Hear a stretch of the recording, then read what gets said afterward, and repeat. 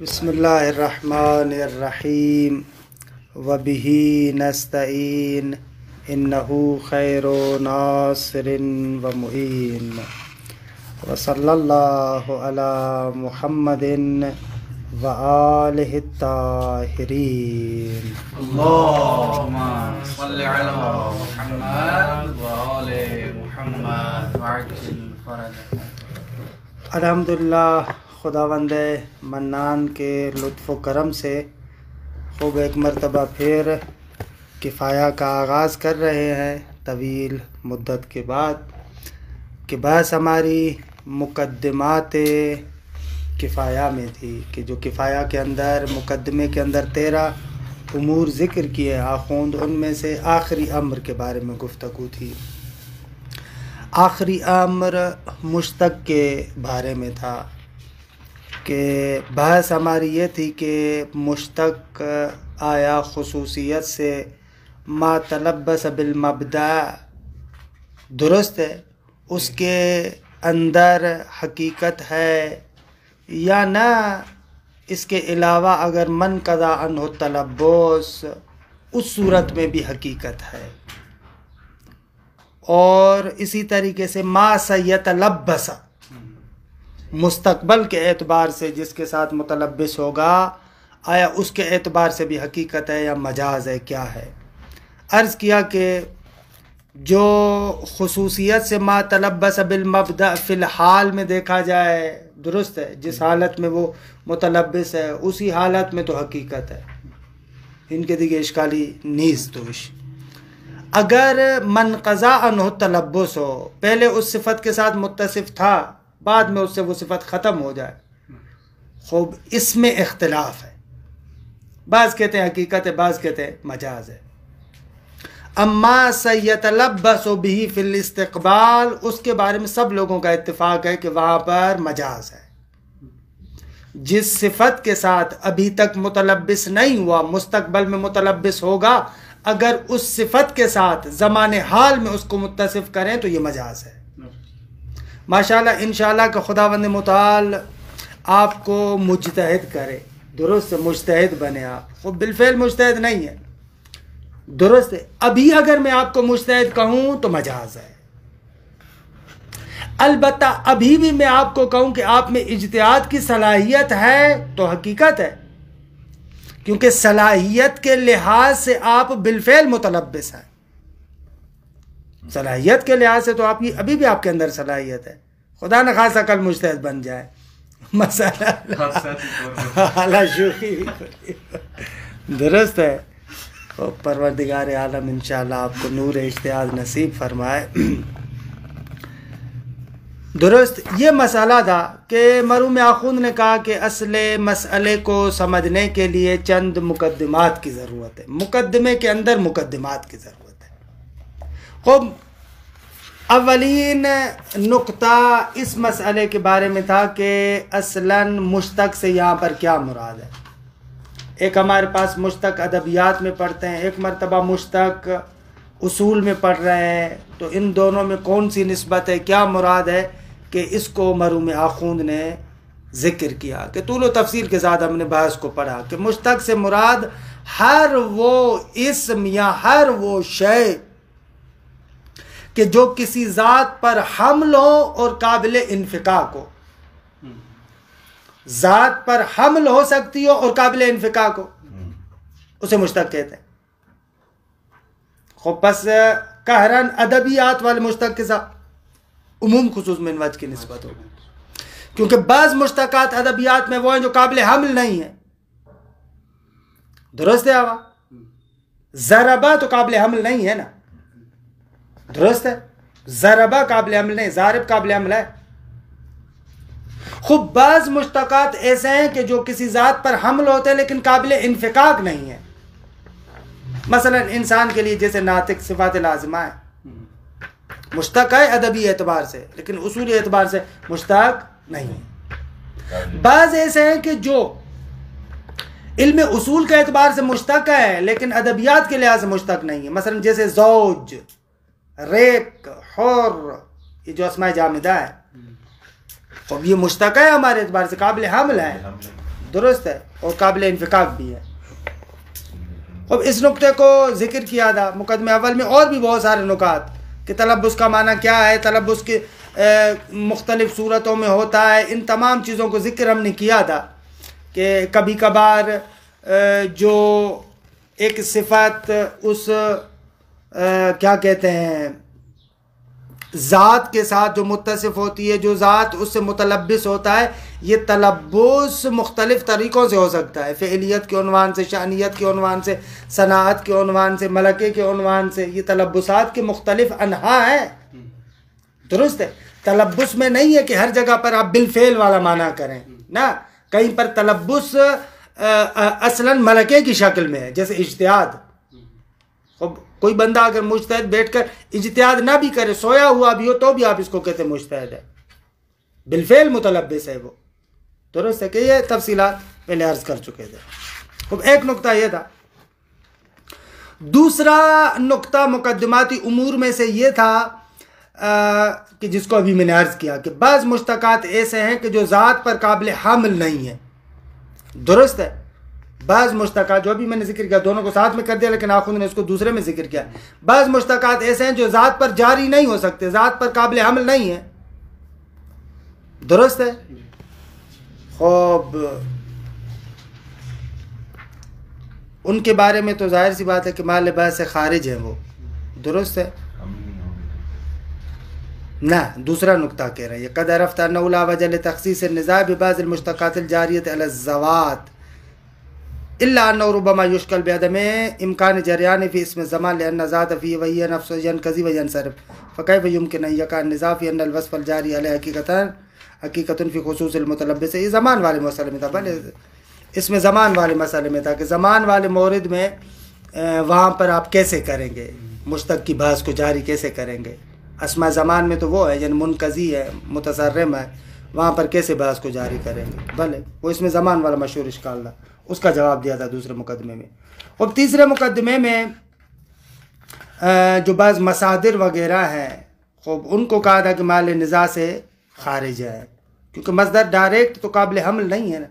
آپ نہیں کہتے زید ضربون، وہ قابل حمل نہیں ہے، یہ ذکر کیا تھا۔ خوب اسی بحث کے ذیل میں ایک کہتے ہیں ازاحت و شبہتین، ایک شبہ کا جواب دینا چاہتے ہیں کہ مرحوم آخوند اس بحث کی طرف جاتے ہیں کہ علم نحو کے اندر آپ فعل کی تعریف کیا کرتے ہیں۔ خوب علم نحو کے اندر جو آپ فعل کی تعریف کرتے ہیں، اس کی فعل کی تعریف میں زمان کو داخل کرتے ہیں۔ آپ کہتے ہیں کہ کلمہ معنی مستقل پر دلالت کرتا ہے اور وہ معنی زمان کے ساتھ مقترن ہے۔ اس زمان کو فعل کا موضوع اللہ قرار دیتے ہیں، جز قرار دیتے ہیں۔ درست ہے، البتہ جز قرار دیتے ہیں، نہ کہ کل زمان، یعنی کل معنی زمان پر دلالت نہیں کرتے۔ مثلا ام سے، اس کو آپ ادبیات میں فعل نہیں کہتے، حالانکہ زمان پر دلالت کرتا ہے۔ کیوں نہیں کہتے؟ حالانکہ وہ تو زمان پر دلالت کرتا ہے۔ غدن، ان کو آپ نہیں کہتے کہ یہ فعل ہے، کیونکہ ان کا معنی خود زمان ہے، جبکہ ادبیات میں کہتے ہیں وہ معنی مستقل پر دلالت کرتا ہے، وہ معنی مستقل زمان کے ساتھ مقترن ہے۔ دوسرے لفظوں میں زمان پر جو دلالت ہے فعل کی وہ تضمنی ہے، امسے کی دلالت زمان پر مطابقی ہے۔ اس اعتبار سے امسے کا کل معنی زمان ہے، نہ کہ معنی مستقل زمان کے ساتھ مقترن ہو، لہذا وہ تعریف سے خارج ہے اصلا۔ خوب، لیکن البتہ زمان داخل ہے صحیح۔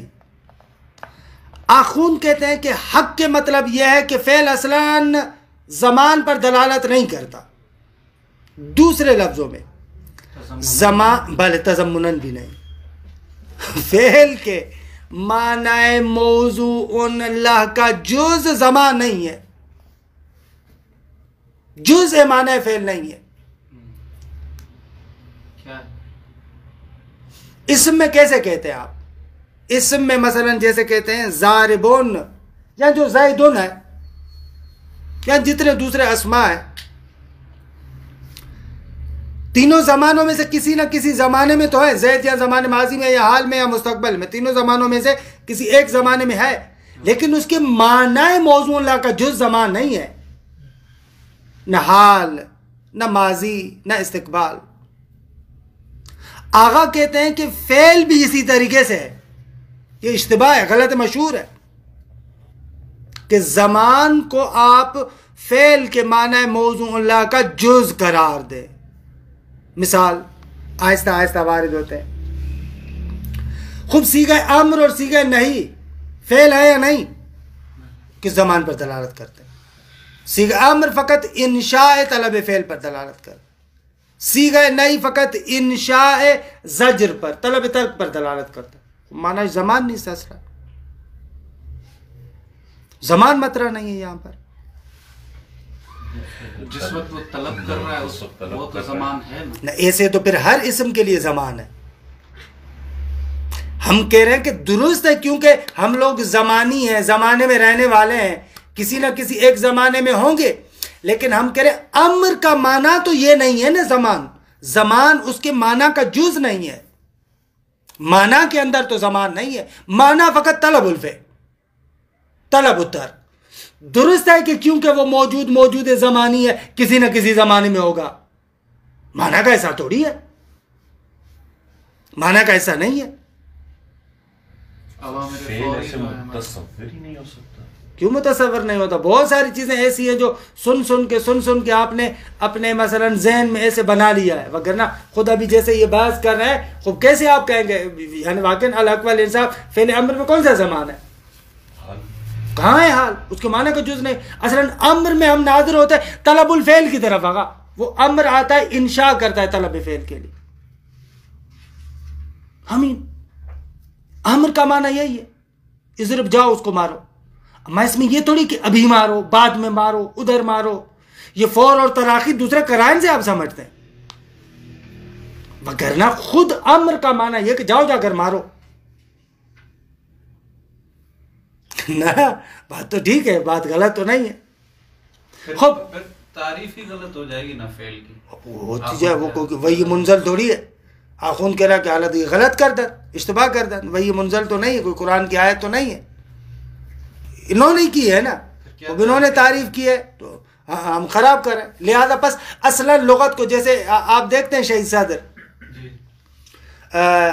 حلقات میں دوسری تیسری جگہوں پر کہہ رہے ہیں کہ اصلا لغت کو دو حصوں میں تقسیم کرو، سنائیں ثلاثی نہ دارنگما، لغت کو دو حصوں میں تقسیم کرو، یا معنی مستقل دار ہے یا معنی مستقل نہ دار ہے۔ معنی مستقل دار ہے اس کو آپ ایک نام دے دو، معنی اسمی کہہ دو اس کو، اور معنی غیر مستقل ہو اس کو آپ کہیں کہ حرف ہے، تموشدی سے تک قسم مگر وہی نازل ہوئی ہے کہ الاسم اما فعل و مثلا اسم الکلمۃ اما اسم و فعل و حرف، دیکھیں نا آخون کے اعتبار سے دو قسمیں ہیں، یا معنی مستقل ہے یا معنی غیر مستقل ہے، تمام شد۔ معنی غیر مستقل حرف کی طرف، معنی مستقل دوسرے کی طرف، چاہے اس کو فعل کہو چاہے اس کو اسم کہو، جو بھی کہو جس طریقے سے کہو۔ خوب اور کریں آپ کو ذکر کر کے دیں۔ خوب آپ ان افعال کو، امر کو، نہی کو، ان کی طرف اگر نسبت دیں جو مثلا زمانیات سے ماورا ہے، وہاں پر آپ کیسے نسبت دیتے ہیں؟ خدا ملائکہ کو کوئی حکم دے، وہاں پر مجاز ہوتا ہے۔ خدا جو ملائکہ کو حکم دیتا ہے، وہ جو صیغہ استعمال کرتا ہے، وہاں پر مجاز ہوتا ہے؟ نہ، مجاز نہیں ہوتا۔ زمان تو نہیں ہے وہاں پر، القاعدہ مجاز ہونا چاہیے۔ اگر فعل کے معنی موضوع اللہ کا جو زمان کو قرار دیتے ہو تو پھر وہاں پر مجاز ہونا چاہیے، تجریداً الفعل کریں دیگے۔ نہ امر کرنے والا زمانی ہے، نہ جن کو امر کر رہا ہے وہ زمانی ہے، حتماً زمان سے خالی کرو، حالانکہ زمان سے خالی کرنے کی ضرورت ہی نہیں۔ یا آپ اس کی طرف نسبت دیں جو غیر زمانی ہے، وہاں پر بھی آپ محسوس نہیں کرتے اس چیز کو کہ مجھے وہاں پر زمانے سے خالی کرنا چاہیے۔